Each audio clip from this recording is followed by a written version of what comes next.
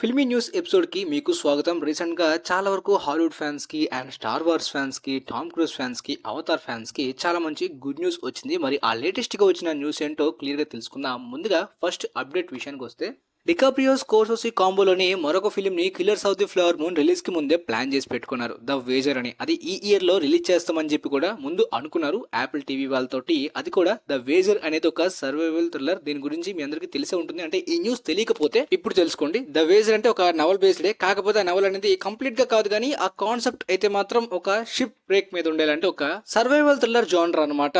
Like example గా revenant vibes ఇస్తుంది DiCaprio గారిది, లేదంటే ఇప్పుడు షిప్ బ్రేక్ కాబట్టి మనకి టైటానిక్ వైబ్స్ కూడా అందించవచ్చు. పోతే ప్రస్తుతానికి ఈ ఫిల్మ్ వర్క్ గాని స్టార్టింగ్ చేయాలనే ప్లాన్స్ అన్నింటినీ కూడా స్కోర్సెసీ గారు పక్కన పెట్టారు. దానికి రీజన్ ఏంటంటే ఆయన అప్కమింగ్ గా మరొక ప్రాజెక్ట్ ని తీసుకుంటున్నారు. కాకపోతే ఆ ప్రాజెక్ట్ చాలా ఫాస్ట్ గానే ముగించేస్తారు. వెంటనే ఈ ఫిల్మ్ ని షూట్ చేయడానికి కూడా ఆయన సిద్ధమవుతారు. నిజానికి యాక్చువల్ ప్లానింగ్స్ ప్రకారం killers of the flower moon తర్వాత థియోడర్ రోస్వెల్ట్ అనే అమెరికన్ ప్రెసిడెంట్ బయోపిక్ ని డికాప్రియోతో కలిసి చేద్దామని చెప్పి ప్లానింగ్స్ లో పెట్టుకున్నారు. కానీ దానికన్నా ముందే ద వేజర్ స్క్రిప్ట్ బాగా నచ్చి దాన్ని తెద్దామని ఫిక్స్ అయ్యారు. దాంతోపాటు ఇంతకు ముందు devil in the white city అని చెప్పి డికాప్రియోతో కలిసి ఒక ఫిల్మ్ తీద్దాం అనుకున్నారు. తర్వాత అది క్యాన్సిల్ అయిన తర్వాత వెబ్ సిరీస్ గా కియాను రీవ్స్ తో తీద్దాం అనుకున్నారు. ప్రస్తుతానికి అది కూడా హోల్డ్ లో ఉంది, త్వరలో క్యాన్సిల్ అవ్వచ్చు కూడా అనే టెట్లో ఉంది. స్కోర్సెసీ గారు చాలా సార్లు ఇలాంటి నవల్ బేస్డ్ కానీ చాలా కాన్సెప్ట్స్ ని వదిలేశారు. ఎస్ఆర్కే డికాప్రియోతో కలిసిన ఆ ఎక్స్ట్రీమ్ సిటీ ఫిల్మ్ కూడా ఆ విధంగానే ఆగిపోయింది. దాంతో పాటు డికాప్రియో గారి షెడ్యూల్ ప్రకారం అయితే జిమ్ జోన్స్ అనే ఒక కల్ట్ లీడర్ యొక్క బయోపిక్ లిస్ట్ కూడా ఆయన ఇదివరకే ఒక స్క్రిప్ట్ ని యాక్సెప్ట్ చేశారు. అండ్ అనదర్ రౌండ్ ఫిల్మ్ యొక్క రైట్స్ ని కూడా కొన్నారు. ఆ రెండు ఫిల్మ్స్ కి డైరెక్టర్లు ఎవరో తెలియదు, కానీ ఈ థియోడర్ రోస్వెల్ట్ యొక్క ప్రెసిడెంట్ బయోపిక్ మాత్రం స్కోర్సెసీ గారిదే. ప్రస్తుతానికి అయితే ఇప్పుడు స్కోర్సెసీ గారి ప్రెజెంట్ ప్రాజెక్ట్ అయిన తర్వాత వెంటనే ద వేజర్ షూటింగ్ స్టార్ట్ అవుతుంది డికాప్రియో గారితో. సో ప్రెజెంట్ స్కోర్సెసీ గారి దగ్గర కంటిన్యూ అవుతున్న ప్రాజెక్ట్ ఏంటంటే జీసస్ ఫిలిం. ఆయన జీసస్ ఫిలిం తీస్తా అని చెప్పి ముందుగా చెప్పారు కదా. సో అది చాలా తక్కువ డ్యూరేషన్. మోస్ట్లీ స్కోర్సెసీ గారి ఫిలిమ్స్ అనేవి లాంగ్ డ్యూరేషన్ ఉంటుంది, కానీ ఈ ఫిలిం డ్యూరేషన్ కేవలం 80 minutes, అంటే 1 hour 20 minutes. అసలు ఈ జీసస్ బేస్డ్ అయితే స్కోర్సెసీ గారు కెరీర్ స్టార్టింగ్ లో ఒక ఫిలిం తీశారు, the last temptation of Christ అని చెప్పి. అందులో విలియం డెఫే గారు జీసస్ గా యాక్ట్ చేశారు. ఆ ఫిల్మ్ కి నార్త్ అమెరికా, కెనడా ఇలా చాలా ఏరియాస్ లో కాంట్రవర్సీ క్రియేట్ అయినప్పటికీ స్కోర్సెసీ గారికి బెస్ట్ డైరెక్టర్ కేటగిరీలోని ఆస్కార్ నామినేషన్ కూడా దక్కింది. అంటే మంచి రివ్యూస్ కూడా వచ్చాయి బాగానే ఆ ఫిల్మ్ కి. అసలు స్కోర్సెసీ గారి ఫిల్మ్ అంటే రివ్యూస్ గురించి మర్చిపోవడమే మోస్ట్లీ క్రిటికల్ ఎక్లైమ్డ్ గా ఎక్కువగా వస్తుంటాయి. పోతే ఇక ఈసారి ఆయన ప్లాన్ చేయబోతుంది ఈ 80 minutes లో. ఎందుకంటే ఇదంతా కూడా ప్రెసెంట్ డే టైమ్ లైన్ లోనే రన్ అవుతున్న స్టోరీ అంట. సో ప్రస్తుతానికి జరుగుతున్న ఆర్గనైజ్డ్ రిలీజియన్ సిస్టమ్ మీద ఉన్న నెగిటివిటీని తొలగించే విధంగా ఉంటుంది ఈ స్టోరీ. సో ఇది కూడా ఒకవేళ కాంట్రవర్సీ క్రియేట్ అవుతుందో లేదో తెలియదు, కానీ సో ఆయన ప్రయత్నం అయితే మాత్రం ఏదో ఉంది మరి ఫిల్మ్ వెనకట్ల. మరి అదేంటో చూడాలి. అంటే హ్యూమానిటీ, హ్యూమన్ ఎమోషన్స్ పక్కన పెడితే సొసైటీలో ఉన్న చెత్తని బోల్డ్ గా, డీప్ గా, ధైర్యంగా చూపించేస్తారు అనమాట. Example taxi driver, mean streets లాంటి ఫిల్మ్స్ లోని అమెరికా అంటే మోస్ట్ బ్యూటిఫుల్ అనుకుంటారు, కానీ ఎంత డార్క్ గా ఉంటుందో అలాంటివన్నీ చూపించారు. రీసెంట్ గా ఆయన నాకు ఏజ్ అయిపోతుంది, ఎక్కువ స్టోరీస్ ఎక్కువ ఫిల్మ్స్ ద్వారా చెప్పాలన్నప్పటికీ అది జరగట్లేదని చెప్పి అన్నారు. తర్వాత ఇప్పుడు ఈ 3 ఫిల్మ్స్ ని ప్లాన్ చేశారు. 2 ఫిల్మ్స్ డికాప్రియో తోటి, ఆ టెడ్ రోస్వెల్ట్ ది అండ్ ద వేజర్ ది. ఇప్పుడు ఇది జీసస్ ఫిల్మ్. దాంతో పాటు మైక్ టైసన్ యొక్క బయోపిక్ అనేది జెమీ ఫాక్స్ తో ఎప్పటి నుండో తీద్దాం అనుకుంటున్నారు. సో ప్రెజెంట్ ప్లాన్స్ అయిన తర్వాత ఏమవుతుందో చూడాలి. ఇక టామ్ క్రూజ్ ఫ్యాన్స్ కి చాలా సూపర్ అదిరిపోయే న్యూస్ వచ్చిందని చెప్పాలి. ఇవాళ నిన్న నైటే అప్లోడ్ చేశారు ఆయన. అదేంటంటే వార్నర్ బ్రోస్ తో కలిసి ఆయన కొలాబరేట్ అవుతున్నారు. యాక్చువల్ గా వార్నర్ బ్రోస్ తో కలిసి ఆయన పాస్ట్ లో ఇది వరకే వర్క్ చేశారు. లైక్ ఎగ్జాంపుల్ గా లాస్ట్ అంటే ఎడ్జ్ ఆఫ్ టుమారో అనుకుంటా. అంటే ఎగ్జాంపుల్ గా ఓల్డ్ రిస్కీ బిజినెస్, చాలా ఫిల్మ్స్ లో వార్నర్ బ్రోస్ కింద అంటే వాళ్ళు క్యాష్ చేస్తే అందులో ఆ ఫిల్మ్ లో వర్క్ చేశారు తప్ప కలిసి వర్క్ చేయలేదు. సో ఈసారి అయితే కలిసి ఒక పెద్దగా ప్లాన్ చేయబోతున్నారు. టామ్ క్రూజ్ గారు, క్రిస్టోఫర్ మెక్వేరీ గారు రీసెంట్ గా మిషన్ ఇంపాసిబుల్ ఫిల్మ్స్ తో వాళ్ళ డైరెక్షన్, వాళ్ళ వర్క్ ఇద్దరు కూడా పార్ట్నర్స్ గా బాగా కుదిరి వాళ్ళు చాలా ఫిల్మ్స్ ని, ఫ్రాంచైజెస్ ని ప్లాన్ చేద్దామని ఇదివరకు అనుకున్నారు. టామ్ క్రూజ్ గారు పోస్ట్ లో మెన్షన్ చేసింది కూడా ఒరిజినల్ ఫిల్మ్స్. అంటే దాని అర్థం ఏదో నవల్ నో లేదంటే ఓల్డ్ కామిక్స్ నో బేస్ చేసుకుని తీసింది. అంటే డీసీయూ తోటి ఆయన కలిసి వర్క్ చేసడం కాదు, అంతా కూడా ఒరిజినల్ గా వాళ్ళు ఒక కొత్త ఫ్రాంచైజెస్ ని, ఐపీ ఫిల్మ్స్ ని and separate stand alone films ని ప్లాన్ చేస్తున్నారు. అదేంటంటే రీసెంట్ గా మెక్వేరీ గారు అనౌన్స్ చేసింది టామ్ క్రూజ్ గారితో కలిసి ఒక violent, are rated, dark film అయితే మాత్రం డెడ్ రెకనింగ్ పార్ట్ 2 తర్వాత తీయబోతున్నట్టు కూడా చెప్పారు. సో దీని అర్థం ఏంటంటే అది ఫ్రాంచైజ్ కాదు, స్టాండ్ అలోన్ గా తీయబోతారు. కాకపోతే స్పేస్ ఎక్స్, ఎలాన్ మస్క్ తో కలిసి తీయబోయే స్పేస్ లో ఆ ఫిల్మ్ యొక్క డైరెక్షన్ కూడా క్రిస్టోఫర్ మెక్వేరీదే. ఆ ప్రాజెక్ట్ చాలా కారణాల వల్ల ఎప్పటి నుండో పెండింగ్ లో ఉంది. సో దాన్ని కూడా తీసిన తర్వాత వాళ్ళైతే ఒక సెపరేట్ ఫ్రాంచైజ్ ని ప్లాన్ చేసి పెట్టుకున్నారు, ఒక యాక్షన్ ఫ్రాంచైజ్ ని. అది కూడా ఇప్పుడు వార్నర్ బ్రోస్ వాళ్ళతో కలిసి ఇప్పుడు తీస్తారనమాట.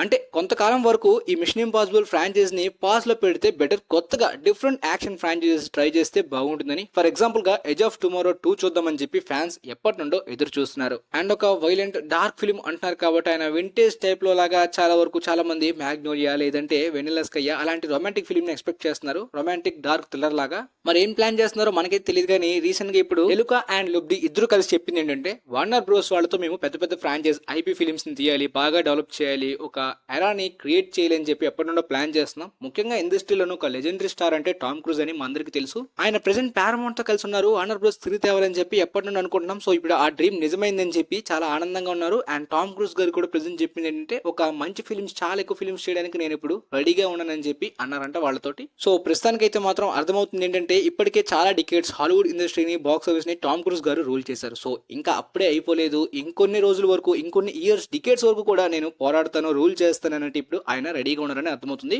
హిస్టరీలో గుర్తుండిపోయే స్టార్ గా మిగిలిపోతారు. ఇక ఆ తర్వాత అప్డేట్ విషయానికి వస్తే star wars live action theatrical గా చూడబోయే ఫిల్మ్ గురించి మొన్ననే మనం దీని గురించి మాట్లాడుకున్నాం కదా. చాలా వెయిట్ చేస్తున్నాం అసలు ఎప్పుడు చేస్తారు ఏంటి అని చెప్పి, అసలు వెబ్ సిరీస్ బదులు మూవీస్ తీయండి అని చెప్పి. మొత్తానికి మన బాధను విన్నట్టున్నారు. ఇప్పుడు మ్యాండలోరియన్ మీద వెబ్ సిరీస్ కాదు, డైరెక్ట్ గా ఒక సోలో ఫిల్మ్ ని ప్లాన్ చేయబోతున్నారు, అది కూడా గ్రోగు తోటి కలిసి. సో ఇప్పుడు దీనికి డైరెక్షన్ ఏమనంటే జాన్ ఫేవరో కాబట్టి ఇక హైప్ ని ఎక్కువగానే పెట్టుకోవచ్చు నమ్మకాలన్నింటినీ కూడా, ఎందుకంటే ఆయన డైరెక్షన్ గురించి మీకు తెలిసే ఉంటుంది.